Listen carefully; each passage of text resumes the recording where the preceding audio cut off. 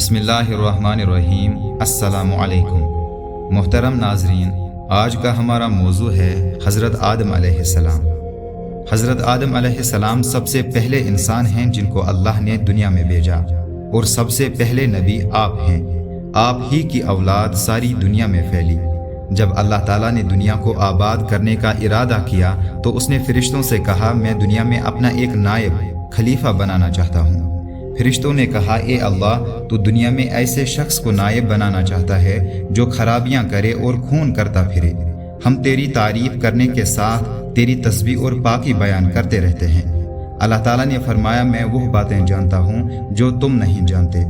अल्लाह ताला ने हज़रत आदम अलैहिस्सलाम को सब चीज़ों के नाम सिखा दिए, फिर उनको फरिश्तों के सामने किया और फरमाया, अगर तुम सच्चे हो तो मुझे इनके नाम बताओ।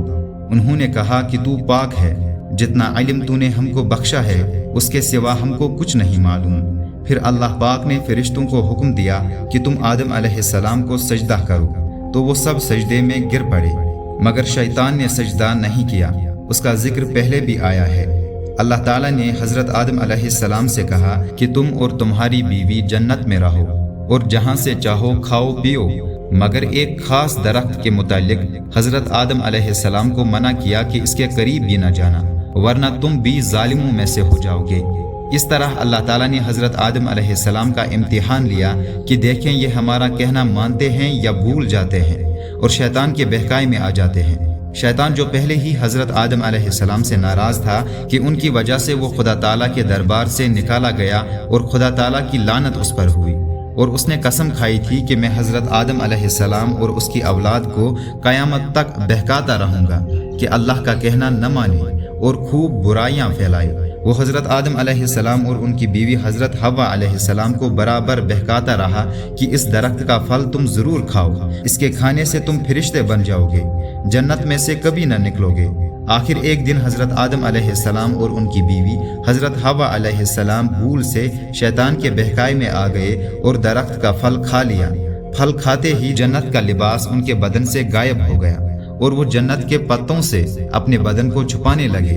अल्लाह ताला ने हज़रत आदम अलैहिस्सलाम से कहा कि हमने कह दिया था कि इस दरख्त के पास भी न जाना और शैतान के कहने में न आना, वो तुम्हारा दुश्मन है। तुम उसके कहने में आ गए, अब तुम और हव्वा जन्नत से चले जाओ और दुनिया में जाकर रहो।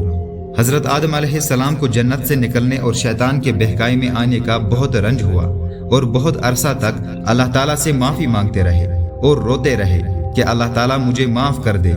आखिर अल्लाह पाक को रहम आया और हज़रत आदम अलैहिस्सलाम को ये दुआ सिखाई कि ए हमारे रब, हमने अपने ऊपर जुल्म किया और तू हम पर रहम नहीं करेगा तो हम बड़ा नुकसान उठाने वालों में से हो जाएंगे।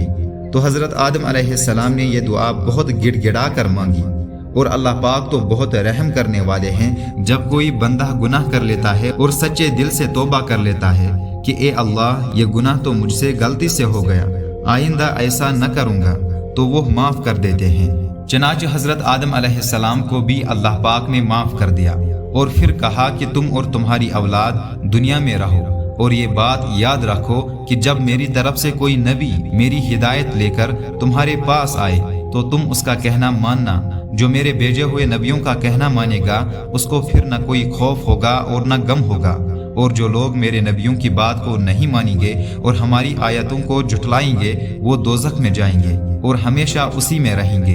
उसके बाद हज़रत आदम अलैहिस्सलाम और हज़रत हव्वा अलैहिस्सलाम दुनिया में रहने सहने लगे, खूब जी लगाकर अल्लाह की इबादत करते। उनकी बहुत औलाद हुई और दुनिया में सब जगह आबाद होती रही। हज़रत आदम अलैहिस्सलाम अपनी औलाद को यही बात बताते रहे कि तुम कभी शैतान के बहकाए में न आना, वो हमारा दुश्मन है और हमको बुरे काम करने के लिए बहकाता रहता है। हमेशा अल्लाह की इबादत करना, सच बोलना, किसी पर जुल्म न करना, एक दूसरे की नेक कामों में मदद करते रहना। आखिरकार हज़रत आदम अलैहिस्सलाम वफात पा गए।